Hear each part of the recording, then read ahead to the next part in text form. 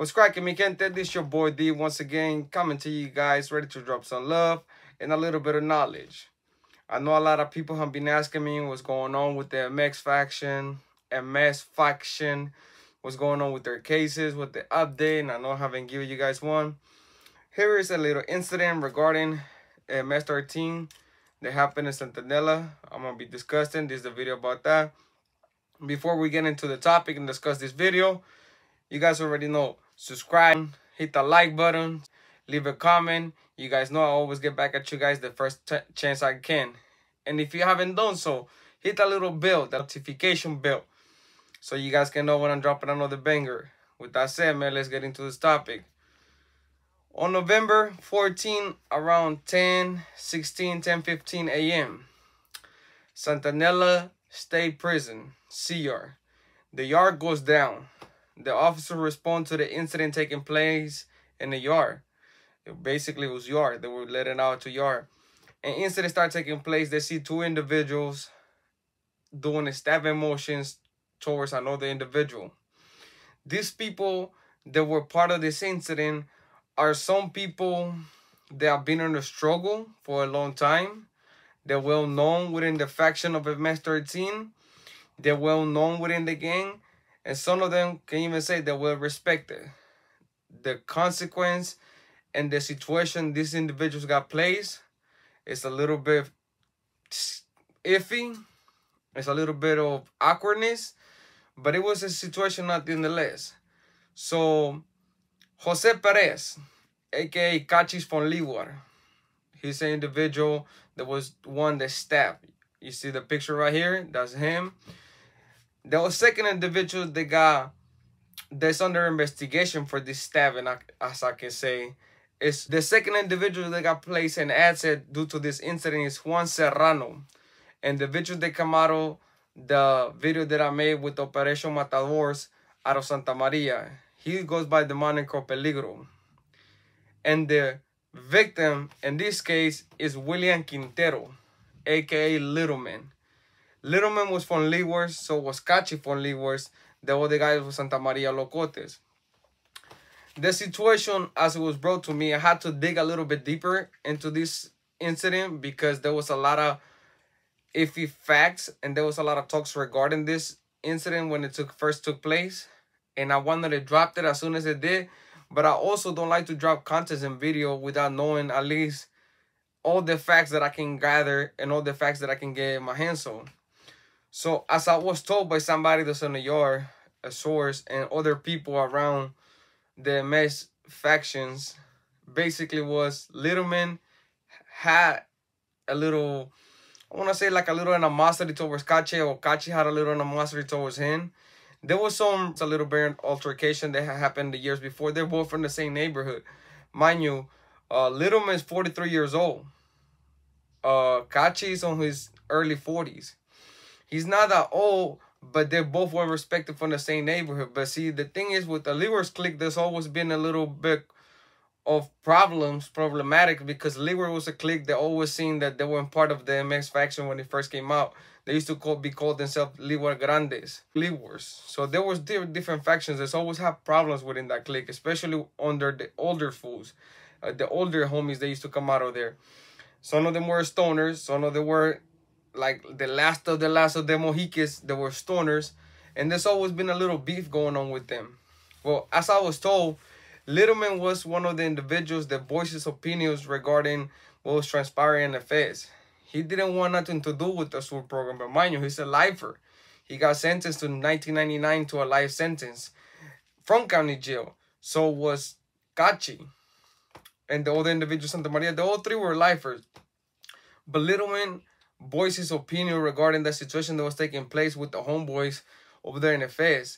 He didn't like and he didn't agree with the program. He didn't think that the program, that the homeboys were getting a first shake, and that the program was being a little bit discriminatory towards them. And he voiced his opinion to his homeboys that he thought eventually they're going to have my back. I don't think they're going to get out of it. His homeboys talking, but he was wrong. And this is where I always say, people, sometimes the person that you think is your friend, especially in prison, that's the person that will betray you the quickest and the most. because if they think they have something to gain, they will stab you in the back. So he voiced his opinions to his homeboys and told them, man, I don't think the homeboys should go back to program with this dude. I think if they had the chance, especially in the feds, that there's a big number, I think they should leave and start their own program. We should start our own program. He's like, I understand that sometimes in the States, it's a little bit different because we're not that deep. But he's like, in the feds, we always had our own program. We always had doing our own thing. Even though we used to follow the program that was established for us with the SUR, but over there in the feds, as it was told to me, everybody always follow their own little carritos, you know, their own little ramflas, their own little homeboys. So the homeboys always were deep in there because it's a lot of homeboys from different states that come to the feds. He voices that opinion, and it reaches the ears of the people that's in the yard. The big homies, the carnales, the pillies. And it gets to certain individuals that don't agree with some homeboys literally voicing their opinions that they shouldn't be programming with them no more, that this should change, that it's time for a change and things like that, right? Mind you, Littleman's been around for a long time. He was in a shoot. He done these things. So he's a well-known guy. He's a well-loved guy from a lot of people. He's a well-respected guy. So he started reaching out to homeboys in the streets, telling them like, hey, look, check it out, man. I don't agree with this program. I think we should just make our own. The homeboys over there shouldn't go back to that program. Why go back to something that we're not agreeing with? They're not giving us the respect we deserve. So this gets back to the ears of these individuals. These individuals are pissed off, of course. But see, here's the issue. Here's the problem. Regarding this feds right now, there are individuals within the organization that want them back, programming with them. And there are some individuals that don't want them at all. That they don't want to come back and program with them. They don't want to deal with the headaches because they feel some type of way. They feel disrespected. For whatever reason it is, there's some individuals that pushing the line saying, fuck no. Chales. Let's do. Ya estuvo con esos vatos. Dale chicharrón. Making chicharrones. You know what I'm saying? So there's a lot of individuals. There's a few. So it's conflict of opinion, basically. It's matter of voting. Who should they come back? Shouldn't they not come back? And there's people that's with it. There's people that's not with it. The people that with it, more than likely, they're doing it out of the benefit because they know if they come back, they can use them. And this is the problem that I was told from people in the feds. Some of them feel that if they do go back, this will happen. And it's true. This will transpire. That's something that we see coming. Just like the incident Pelican Bay that we saw coming. This is an incident that we're seeing coming. If the homeboys from the mess go back to start programming with the dudes, with the SUR program and the Emeros, there will be a lot of cleanups. There will be a lot of incidents. There will be a lot of death. There will be a lot of bloodshed. Either by the hands of Sureños or by the hand of their own homeboys. And I'll tell you why. Because they will be used as torpedoes to do any type of mission that they can to get rid of them. And they will do exactly what they did to all other factions. They will get them weak. They will drop their numbers, start sending them to the shoes on pegadas, on jales, using my torpedo. And then when they think they're weaker, they're going to hit every single faction and to show the force that's behind them. To show you don't disrespect this organization and get away with it. And homeboys understand this. But there are some homeboys that are willing to go and take that chance. There's some homeboys that are saying, why should we go through the pain again, what we did in the 90s, just to come out the same as what we did back then? Now, there's some individuals that are saying, Chales, we don't want to go back, not because they're afraid, but they're looking at it like, now is the chance for us to break off of something that we feel like we were tied down. Why shouldn't we start our own program? But at the same time, the other issue arises that they don't want to go and get sent to these yards where they're chomos, child molesters, rats, individuals that drop out. They don't want to be seen as dropouts. And that's a conflict with each individual because even though they haven't checked in, they will be seen as weak because they decide to go to a different yard. Or because I don't know if the feds would do what they did with the Bulldogs and the New Flowers, giving their own little yard, they're still GP and do that. But I know that as far as a couple weeks ago, they started integrating some homeboys back into the program. The few individuals got transferred to different yards. They transferred them to lower yards. They're going to start trying to scale it to some high, I guess, USP yards, but they started with the lower. And so far, there haven't been incidents that have been brought up to my attention, at least. But they don't know if they're rocking them to sleep. So when they get the chance and when they feel a little bit comfortable and the guard is down, they will hit him. That's what the homeboys are looking at. So there are integrating some individuals behind that 2 different yards. But there's still that iffy question, what's going to happen? What's going to transpire? This incident in Centinela took place because it got brought to the homeboys' attention, like, you guys gonna have to take care of this individual because now he's a threat, he's a liability. So the call get made, little man got to go. But there was another factor that played into it that I was told. I don't know if that's 100% sure that those words were used, or he said that, or that factor played into him being murdered in the yard, because there's no other way to put it. He got murdered. He got stabbed to death. But supposedly when they came at him, they got at him with like, hey, we need you to do a paro. We need you to do a removal for us. Can you help us out? Can you assist us? The homeboys got at him. He gets at the homeboy back and said, Charles, homie, check it out. If a homeboy doesn't need to get toe tag, I'm not putting my hands on it. Now, if it's a toe tag, I'm going to blast and I'm going to do what I have to do because I'm a lifer. I'm going to have to do, but I'm not here to do boo-bops like I'm a little kid. I did my time. I did my things already. I'm here to sit back, do my time. If it's necessary of me to go and do a jale, unless it's the dude needs to get toe tag, basically kill, I'm not raising my hand. I'm not doing no favores for the guys. And this was taken as a real aggressive step towards his revolutionary mind. They felt like he was being a rebel. He was rebelling against them by saying no to that boo-bop. But I can also understand he had done his shoot term. He had been around. And for them to ask him to do a boo-bop just because they deemed a liability or something else. And he said, Charlie, unless I need to toe tag somebody, then I'm not going to waste my time because I'm going to throw everything away. My business, my family, whatever he had going on at that moment, he's going to throw it away for a boo-bop. He's not cool. He's not with it. So this individual seemed as a rebel, as a revolutionary guy. He's trying to rebel against the program. He's going against the grain. So they decide to whack it. So November 14 at 10 a.m., they're released 4 yards there in the yard. They sent 2 shooters to him. They found 2 weapons in the yard after the incident got called down. They airlifted him to a hospital. Well, he was on his way to the hospital around 9 p.m. Somewhere around there, he deceased. He passed us away. So now he's dead. Now these 2 individuals, they are in a hole looking at a murder case. Of course, they're lifers.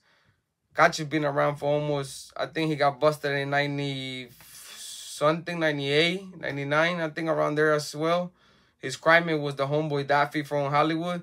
And there were some issues with him regarding that I remember when they brought it up. And people that know what I'm talking about knows that I'm speaking the truth. He didn't get touched behind that. So they decide to show favoritism to another guy, but not this guy.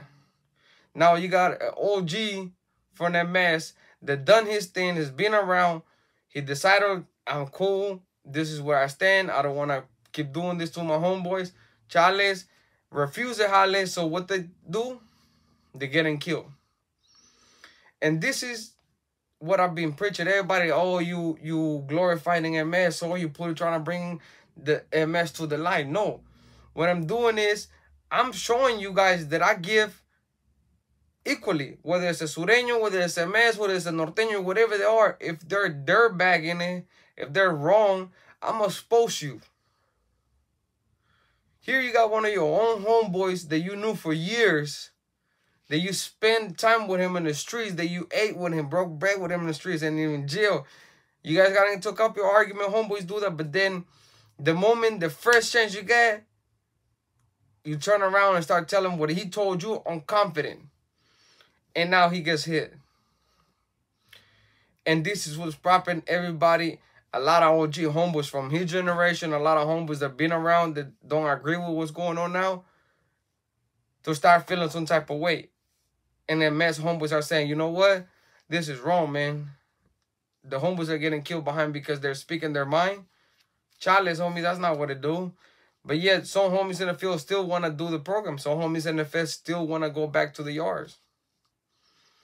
They know what's going to transpire. Of course, they're going to ask. The first thing that's going to come out to the mouth after they agree, like, yeah, we accept you back on the program, is going to be the dudes that were involved in the incident and everybody else that backed them up, dale gas.